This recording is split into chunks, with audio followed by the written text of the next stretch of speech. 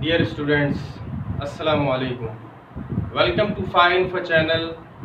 और आज फिज़िक्स के ऑप्टिक्स चैप्टर का लेक्चर नंबर 6 लेकर आपके लिए आ गए हैं। तो लेक्चर नंबर 6 में आपको आज हम रिफ्रैक्शन ऑफ लाइट के बारे में बताएंगे। What is the refraction of light.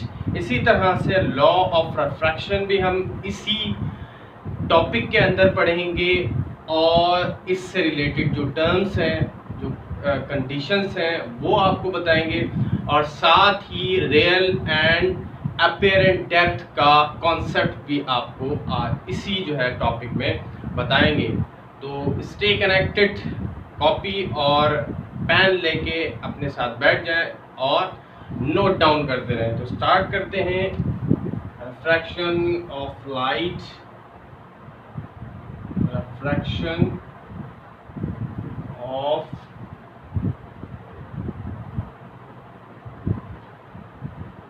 light।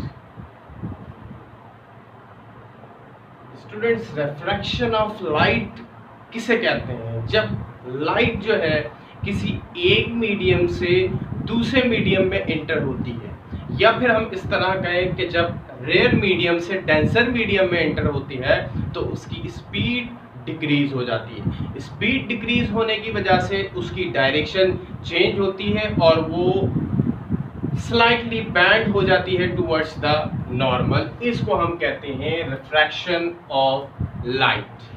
When a light incident from rare medium to denser medium, it will bend towards the normal due to decrease in the speed जो है उसकी decrease होती है और टुवर्ड्स द नॉर्मल वो band हो जाती है। अब लेट सपोज सबसे पहले आपको रेयर मीडियम के बारे में बताते हैं। रेयर मीडियम कौन से होते हैं? रेयर मीडियम स्टूडेंट्स वो मीडियम होते हैं जैसे कि एयर, वैक्यूम, जो स्लाइटली या फिर लाइट डेंस मटेरियल होते हैं। ठीक है, लाइट डेंस मटेरियल होते हैं उसको हम कहते हैं रेयर मीडियम। जैसे कि एयर है, ठीक है, जैसे कि वैक्यूम है, ये क्या है? लाइट डेंस जो है वो मीडियम कहलाते हैं। ठीक है स्टूडेंट्स, इसको लाइट डेंस कहते हैं। और दूसरा जो मीडियम होता है वो डेंसर मीडियम होता है। डेंसर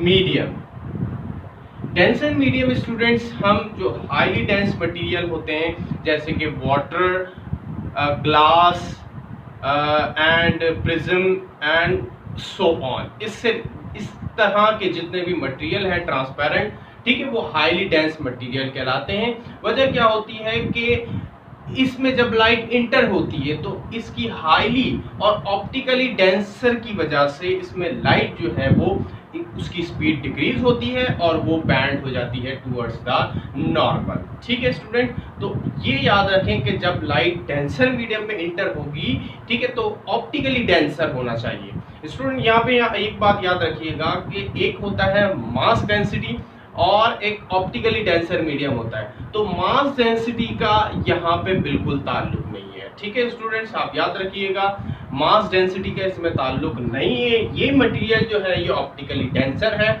ये मटेरियल जो है ये ऑप्टिकली रेयर है। ठीक है, तो इस तरह से जो ऑप्टिकली रेयर मटेरियल और डेंसर मटेरियल होते हैं वहां पे इस तरह का फर्क आता है, याद रखिएगा हमेशा। अब होता क्या, जो डेंसर मटेरियल होते हैं उसके मॉलिक्यूल्स, पार्टिकल्स जो है वो टाइटली क्लोज जो है वो पैक्ड होते हैं, जिसकी वजह से लाइट को स्पीड जो है वो उसकी स्पीड डिक्रीज हो जाती है। ठीक है, उसको दौड़ने में आप ये समझें कि थोड़ी सी मुश्किलात होती है। ठीक है, लाइट को दौड़ने में, लाइट को जो है वो स्पीड अप करने में कुछ मुश्किलात आती हैं डेंसर मटेरियल के अंदर, इसलिए लाइट जो है वो स्लो हो जाती है, स्पीड उसकी डिक्रीज होती है। ठीक है, रेयर मीडियम में जो है वो लाइट की स्पीड जो है वो डिक्रीज नहीं होती, वो कांस्टेंट ही रहती है। और लाइट की स्पीड आपको पता है कांस्टेंट कितनी है, 3 × 10⁻⁸ मीटर पर सेकंड, ये लाइट की स्पीड होती है। ठीक है स्टूडेंट्स, अब हम देख लेते हैं किस तरह से लाइट जो है वो जब एयर से या फिर रेयर मीडियम से डेंसर मीडियम में ट्रैवल करती है तो लाइट किस तरह से बैंड होती है। तो यहाँ पे आपको हम जो है वो एक ग्लास का एग्जाम्पल लेकर बताते हैं। तो अगर यहाँ पे ये ग्लास हो गया हमारे पास, ये ग्लास है, और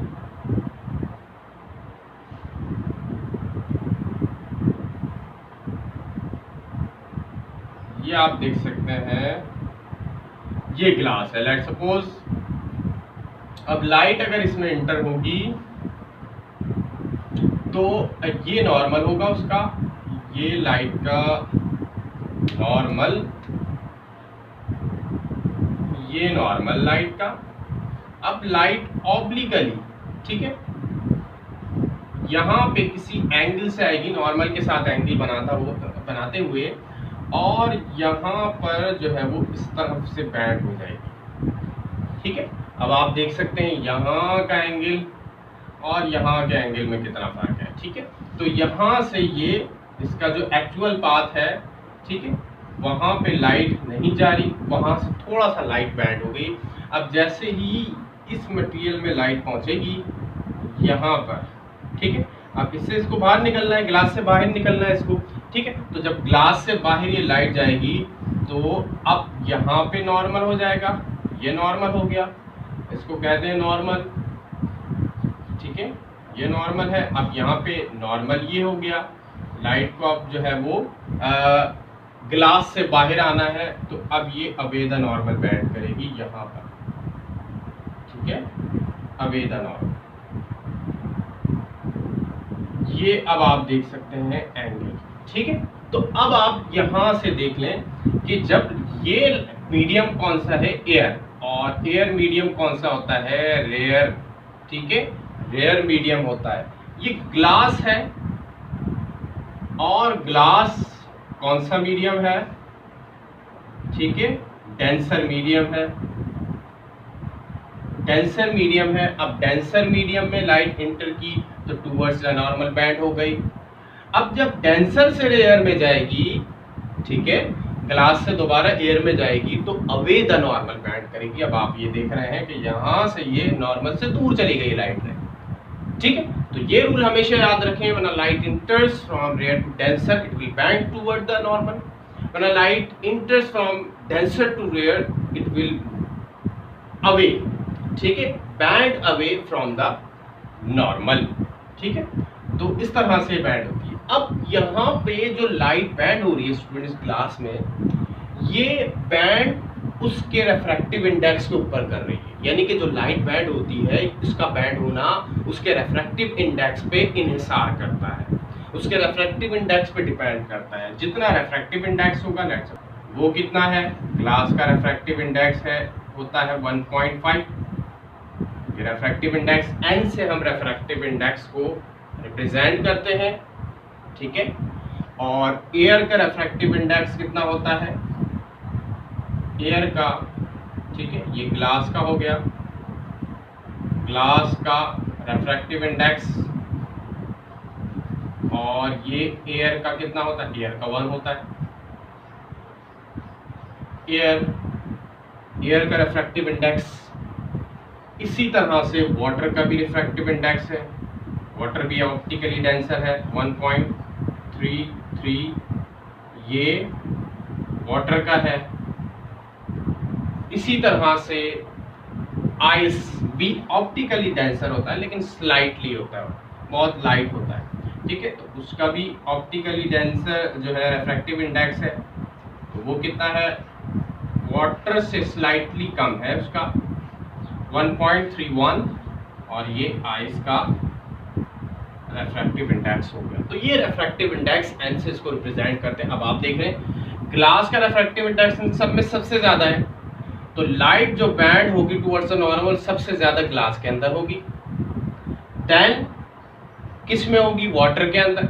वाटर में बैंड थोड़ा सा कम होगी लाइट, क्योंकि रेफ्रैक्टिव इंडेक्स पे डिपेंड करती है लाइट कि जब इंटर हो रेयर से डेंसर तो रेफ्रैक्टिव इंडेक्स वाटर का कम है एज कंपेयर टू ग्लास। फिर उसके बाद आइस के अंदर बैंड होगी कम, फिर उसके बाद एयर के अंदर, ठीक है। इसी तरह से एक और हम रेफ्रैक्टिव इंडेक्स ले लेते हैं स्टूडेंट्स, एक और रेफ्रैक्टिव इंडेक्स लेते हैं और ये रेफ्रैक्टिव इंडेक्स है हमारे पास डायमंड का। तो डायमंड का रेफ्रैक्टिव इंडेक्स जो है वो 2.4 है।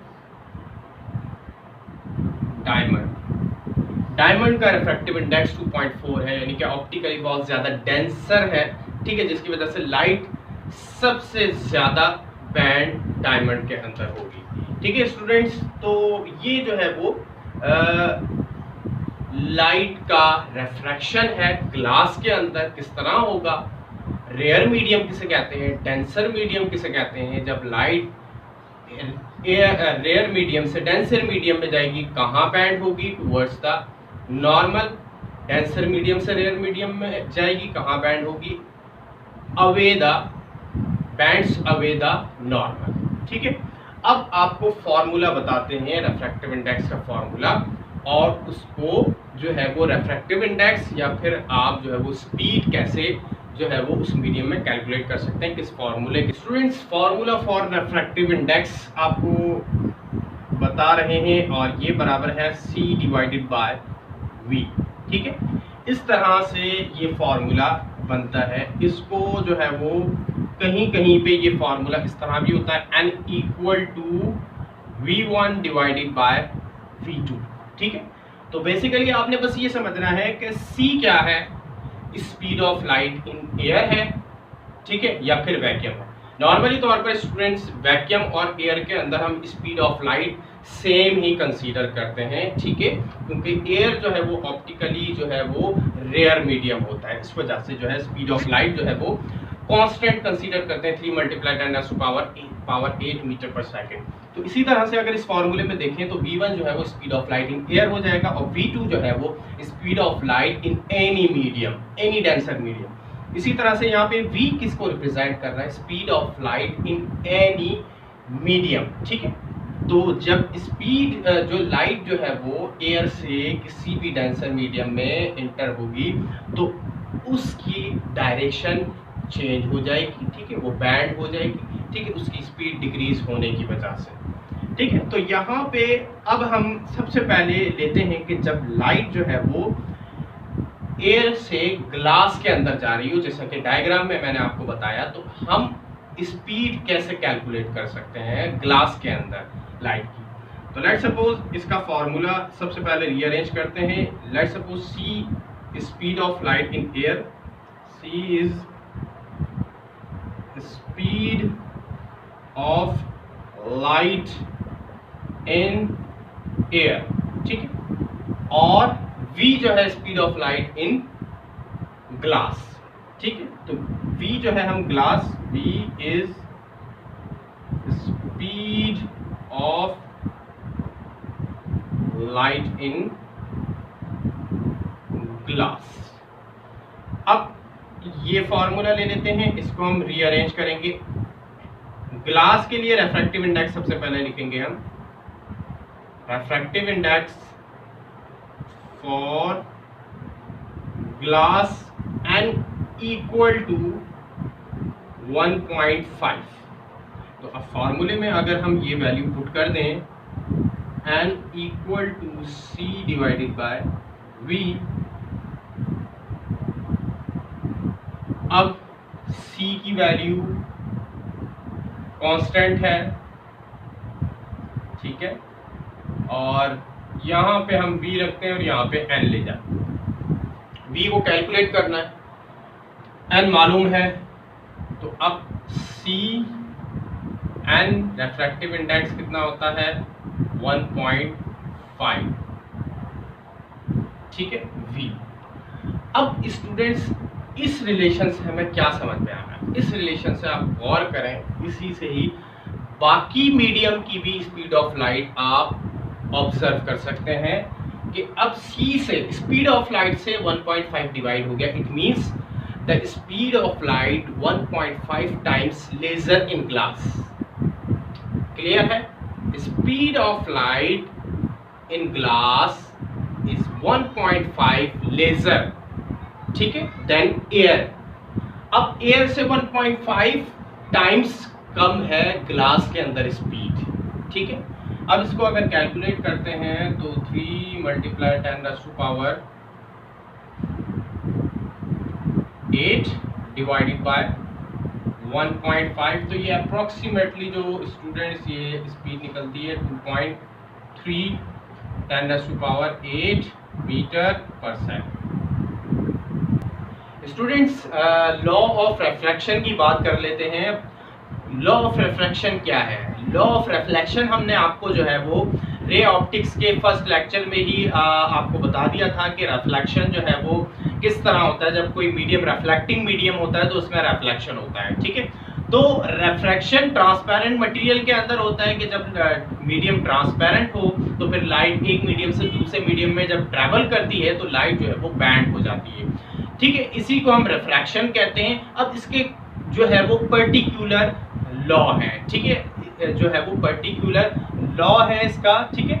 और इसके दो स्टेटमेंट हैं। इस लॉ के पर्टिकुलर स्टूडेंट्स दो स्टेटमेंट है, ठीक है। उन दो स्टेटमेंट को सबसे पहले जो है वो पहला स्टेटमेंट लिखते हैं, उसके बाद दूसरा स्टेटमेंट लिखते हैं। तो पहला स्टेटमेंट स्टूडेंट वही है जो आपको लॉ ऑफ रिफ्लेक्शन में बताया था हमने कि the incident ray, normal and refracted ray all lie at the same plane, ठीक है। तो यहाँ पे हम पहला स्टेटमेंट लिखते हैं। First statement, the incident ray, normal and refracted ray all lie at same plane, ठीक है। all lie at same plane पहला स्टेटमेंट लॉ ऑफ रिफ्लेक्शन की तरह।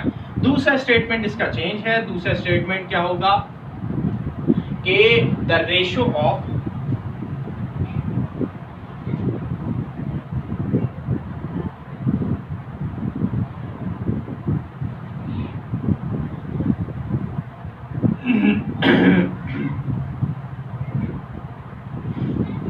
स्टूडेंट दूसरा स्टेटमेंट होगा the ratio of incident angle and refracted angle is equal to constant, ठीक है, is equal to constant. और आप रेफ्रैक्टिव इंडेक्स भी लिख सकते हैं, is equal to the refractive index, ठीक है, is equal to the refractive index.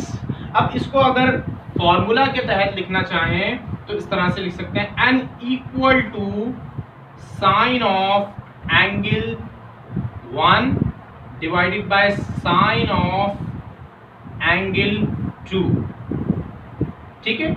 ये हमारे पास इस तरह से मैथमेटिकली ये फार्मूला इस तरह से लिखा जाता है।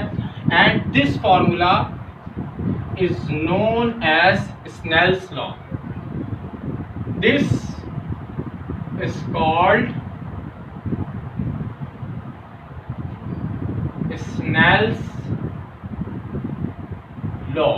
इसको हम स्नेल्स लॉ भी कह सकते हैं क्योंकि जो है ये स्नेल्स ने इसको 17वीं सेंचुरी के अंदर स्नेल्स ने इस लॉ को इंट्रोड्यूस करवाया था कि जब दो मीडियम होते हैं और दोनों का जो एंगल होता है, ठीक है, जो रेफ्रैक्टेड एंगल और एक इंसिडेंट एंगल, इनका जो रेशियो होता है ये जो है वो एक कांस्टेंट के बराबर होता है। कांस्टेंट वो रेफ्रैक्टिव इंडेक्स है।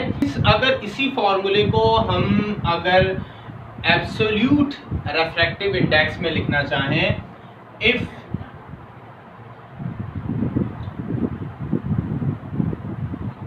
The formula can be written as absolute refractive index is given। अगर हम इसको जो है वो एब्सोल्यूट रेफ्रैक्टिव इंडेक्स की फॉर्म में लिखना चाहें तो ये होगा n1 sine of angle 1 n2 sine of angle 2 equal to n3 sine of angle 3। तो ये जो है हम इसको इस तरह से लिख सकते हैं, ठीक है। एब्सोल्यूट रेफ्रैक्टिव इंडेक्स की टर्म में हम इसको लिख सकते हैं। स्टूडेंट्स, रियल और अपेरेंट डेप्थ का कॉन्सेप्ट जो है वो आप बताते हैं क्योंकि इसका ताल्लुक भी रिफ्रैक्शन से है, ठीक है। रिफ्रैक्शन ऑफ लाइट आपको डिस्कस कर दिया, ठीक है, और इसी तरह से लॉ ऑफ रिफ्रैक्शन जो है वो आपको बता दिया। अब real depth and apparent depth क्या है, इसका ताल्लुक भी रिफ्रैक्शन से है। समटाइम स्टूडेंट्स ऐसा होता है कि अगर हम कुछ चीज़ वाटर या फिर पॉन्ड्स के अंदर जो है वो देख रहे होते हैं तो वो चीज़ अगर कोई भी ऑब्जेक्ट अगर उसके अंदर है तो वो हमें शैलोअर दिखता है। अगर वो डीपर होता है तो वो हमें डीपर यानी कि अपनी उस एक्चुअल पोजीशन पर, रियल पोजीशन पर नहीं दिखता, वो उससे हट कर शैलोअर हमें दिख रहा होता है। तो स्टूडेंट्स, ये ऑप्टिकल इल्यूशंस की वजह से होता है। अगर हम ऑब्लिकली किसी ऑब्जेक्ट को देख रहे हैं, फिश को हम जो है वो ऑब्जर्व कर रहे हैं ऑब्लिकली, ठीक है, तो वहाँ पर भी इसी तरह होता है कि फिश की जो पोजीशन है वो हमें जो है वो शैलोअर दिख रही होती है, यानी कि जो रियल पोजीशन है उसकी वो नहीं दिखती। अब इसका डायग्राम बना के आपको बताते हैं।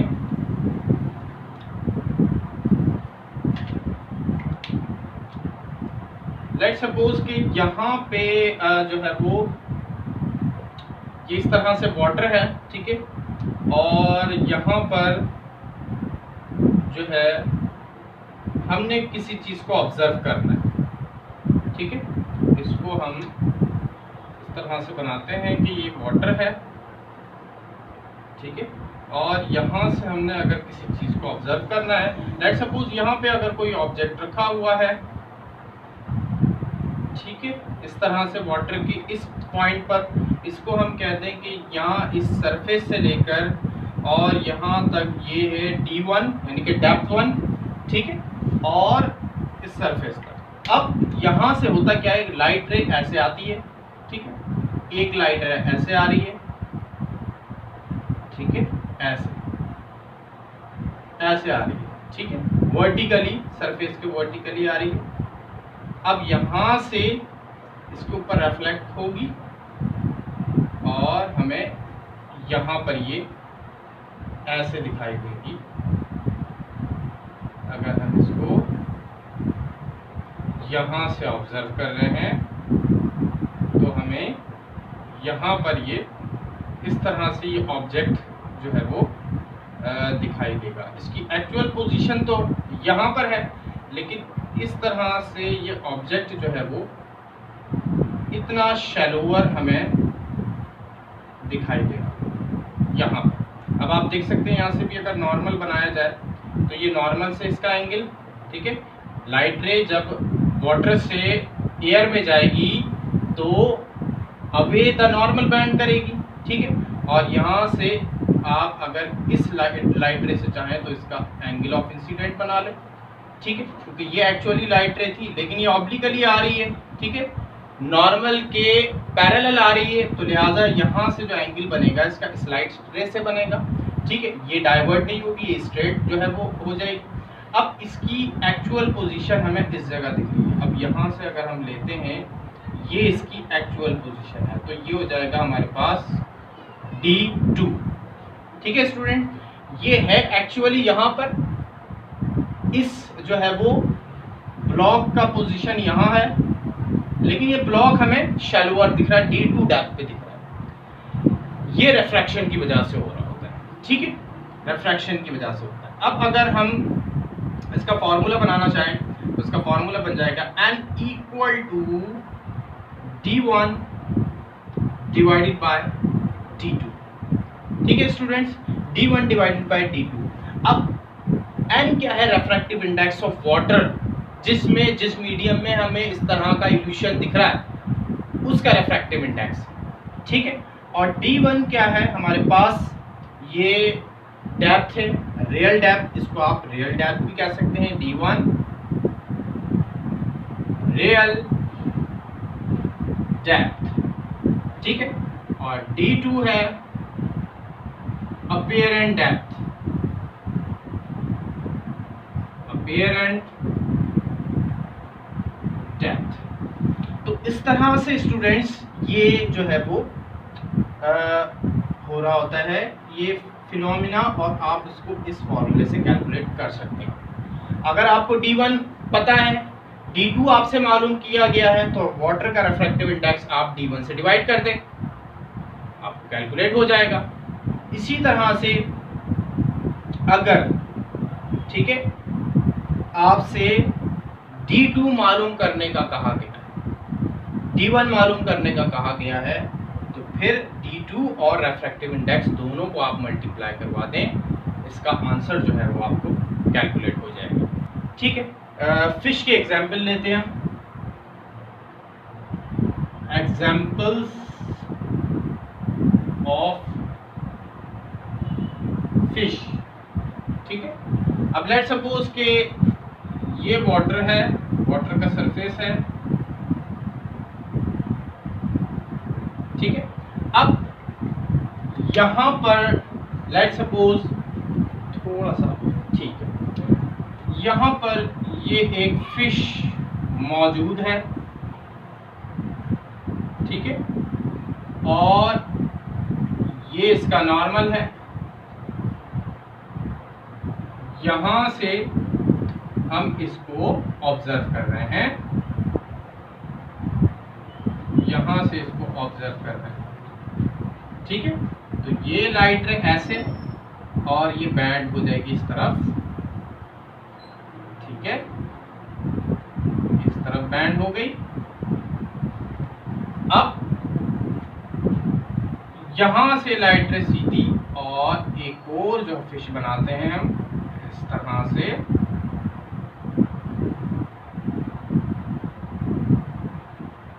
ये थोड़ी सी फिश बड़ी बन गई है, थोड़ी छोटा करते हैं,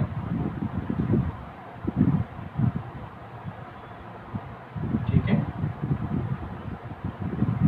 तो एक फिश ये और एक फिश ये। अब हमें ये देखना है ये फिश रियल है या फिर ये फिश रियल है। ये फिश स्टूडेंट्स जो D2 डेप्थ पर है, लेट्स सपोज कि ये D1 डेप्थ पर है, इसको कर दें डेप्थ 1, ठीक है। और ये वाली जो फिश हमें नजर आ रही है ये D1 डेप्थ के ऊपर नजर आ रही है, D1। तो एक्चुअली जो पोजीशन है स्टूडेंट्स, जो अपेरेंट पोजीशन है वो ये है शैलोअर फिश की, जैसे हमने स्टार्ट में आपको बताया, और जो रियल पोजीशन है फिश की वो ये है D1 डेप्थ के ऊपर, ठीक है। हो क्या रहा होता है कि रिफ्रैक्शन की वजह से जो है वो हमें वो फिश जो एक्चुअल पोजीशन पर है, रियल पोजीशन पर, वो हमें नज़र नहीं आ रही होती, और वो जो है उसका फिर रिफ्रैक्शन की वजह से वो हमें शैलोअर पोजीशन पर दिख रही होती है। तो यहाँ पे हमें शैलोअर पोजीशन पे ये फिश दिख रही है। तो इस तरह से भी स्टूडेंट्स ये इल्यूशन हो रहा होता है, ठीक है स्टूडेंट्स। अब स्टूडेंट्स आपको बताते हैं, तो हमने बताया कि अगर ऑब्लिकली किसी ऑब्जर्व को आप जो है वो किसी ऑब्जेक्ट को ऑब्जर्व करते हैं तो इस तरह से इल्यूशन, ऑप्टिकल इल्यूशन होता है, और रिफ्रैक्शन की वजह से उस ऑब्जेक्ट की पोजीशन हमें शैलोअर दिख रही होती है, चेंज दिख रही होती है, जो असल जो रियल उसकी पोजीशन है उससे हटकर हमें अपेरेंट पोजीशन दिख रही होती है, ठीक है। अब हम बात करते हैं कि अगर ऑब्लिकली हम किसी ऑब्जेक्ट को ऑब्जर्व ना करें, ठीक है, वर्टिकली ऑब्जर्व करें, यानी कि जहां से नॉर्मल जो है वो मौजूद है वहीं से हम ऑब्जर्व करें, तो क्या ये इल्यूशन उस वक्त हमें ऑब्जर्व होता हुआ दिखेगा? यहाँ पे आप देख लेते हैं इसको। तो अब अगर यहाँ से अगर हम इसको ऑब्जर्व कर रहे हैं, ठीक है, एक और डायग्राम बनाते हैं,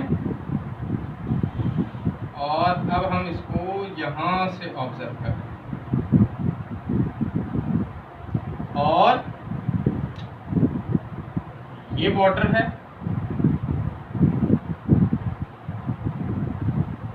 ठीक है। अब अगर यहाँ पे कोई ऑब्जेक्ट रखा हुआ है, ठीक है, अब लेट सपोज फिश ही को हम ऑब्जर्व कर रहे हैं।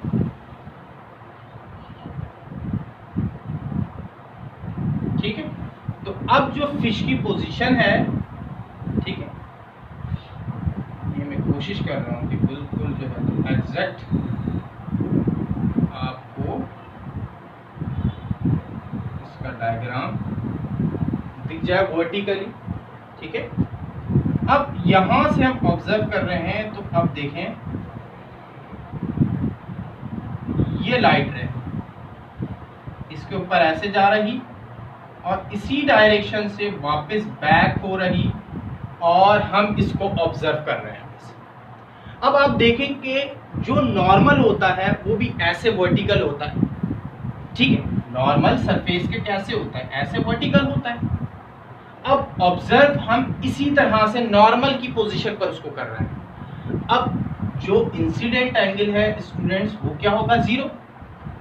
जब इंसिडेंट एंगल जीरो होगा तो रिफ्रैक्टेड एंगल भी क्या होना चाहिए, उसको भी जीरो होना चाहिए, क्योंकि इंसिडेंट एंगल की वजह से ही तो कोई रिफ्रैक्शन बना है, रिफ्रैक्टिव एंगल कोई बना है इंसिडेंट एंगल की वजह से। जब इंसिडेंट एंगल ही नहीं बनेगा तो रिफ्रैक्टेड एंगल ये भी नहीं बनेगा। ठीक है, तो अब इस पोजीशन के अंदर, इस कंडीशन में हमें ऑप्टिकल इल्यूशन नहीं दिखेगा।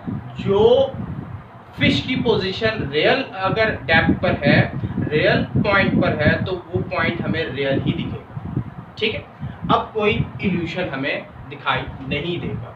तो ये स्टूडेंट्स तीन डायग्राम, अगर यहाँ से हम ऑब्लिकली इसको ऑब्जर्व करते हैं तो हमें ऑब्जेक्ट की पोजीशन शैलोअर दिखती है, और अगर हम इस तरह से उसको ऑब्जर्व करते हैं, ठीक है, किसी वर्टिकल पोजीशन पे, क्योंकि एंगल ऑफ इंसिडेंट और एंगल ऑफ रिफ्रैक्शन ये जीरो होते हैं, इसलिए यहाँ पे हमें कोई जो है वो रिफ्रैक्शन नहीं दिखेगा। ठीक है, जो फिश की या फिर किसी भी जो है वो ऑब्जेक्ट की जो पोजीशन है वाटर के अंदर, रियल पोजीशन, वो रियल पोजीशन ही हमें दिखेगी। अब इसी तरह से स्टूडेंट्स अगर हम वाटर के अंदर, ठीक है, आइस को डाल दें तो क्या आइस आपको दिखती है वाटर के अंदर?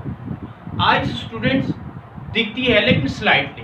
वजह क्या है? रिफ्रैक्टिव इंडेक्स वाटर और आइस का स्लाइटली डिफरेंट है। ठीक है, क्या डिफरेंस है दोनों में? वाटर का रिफ्रैक्टिव इंडेक्स 1.33 है, जबकि आइस का रिफ्रैक्टिव इंडेक्स है 1.31। तो स्लाइटली डिफरेंस है दोनों के अंदर। दूसरी चीज, अगर हम इसी तरह वाटर के अंदर, अगर हम वाटर को किसी ट्रांसपेरेंट मटेरियल के अंदर, ऐसा ट्रांसपेरेंट मटेरियल हो कि जिसका रिफ्रैक्टिव इंडेक्स वाटर के रिफ्रैक्टिव इंडेक्स से बराबर हो, उसको हम उसके अंदर डाल दें, ठीक है, उसके बॉल्स बना के उसके अंदर डाल दें, तो इसका मतलब अब क्या होगा कि अब जो वो वाटर के हमें बॉल्स दिख रहे हैं या वाटर के जो बबल्स दिख रहे हैं कि जिनका जो आउटर का जो रिफ्रैक्टिव इंडेक्स होगा वो भी वाटर के रिफ्रैक्टिव इंडेक्स के बराबर होगा।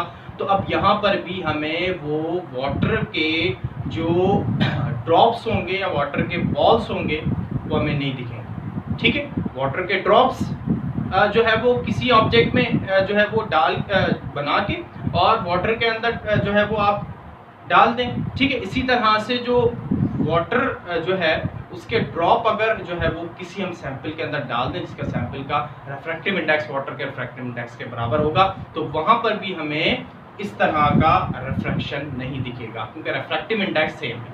ठीक है स्टूडेंट, तो या तो रिफ्रैक्टिव इंडेक्स सेम हो दोनों ऑब्जेक्ट का जिसको हम पानी के अंदर ऑब्जर्व कर रहे हैं और जो वाटर है उनका, तो हमें कोई इल्यूशन नजर नहीं आएगा। ठीक है, कोई जो है वाटर के अंदर जो चीज है वो हमें नजर नहीं आएगी। और अगर रिफ्रैक्टिव इंडेक्स दोनों का अलग अलग है तो हमें चीज वाटर के अंदर या कोई भी ऑब्जेक्ट वाटर के अंदर दिखाई देगा, और अगर उसको ऑब्लिकली देखेंगे तो शैलोअर दिखाई देगा, अगर वर्टिकली देखेंगे तो अपनी रियल पोजीशन पर ही दिखाई देगा। क्लियर हो गया स्टूडेंट्स? तो ये स्टूडेंट्स रिफ्रैक्शन का एक इम्पॉर्टेंट कॉन्सेप्ट जो रियल एंड अपीरेंट डेप्थ के ऊपर है। आई होप कि इसको आपने अच्छे से समझा होगा। ठीक है, इसमें बहुत सारे क्वेश्चंस और एमसीक्यूज भी जो है वो बनते हैं, तो इसकी प्रैक्टिस रखें और स्टडी करते रहें।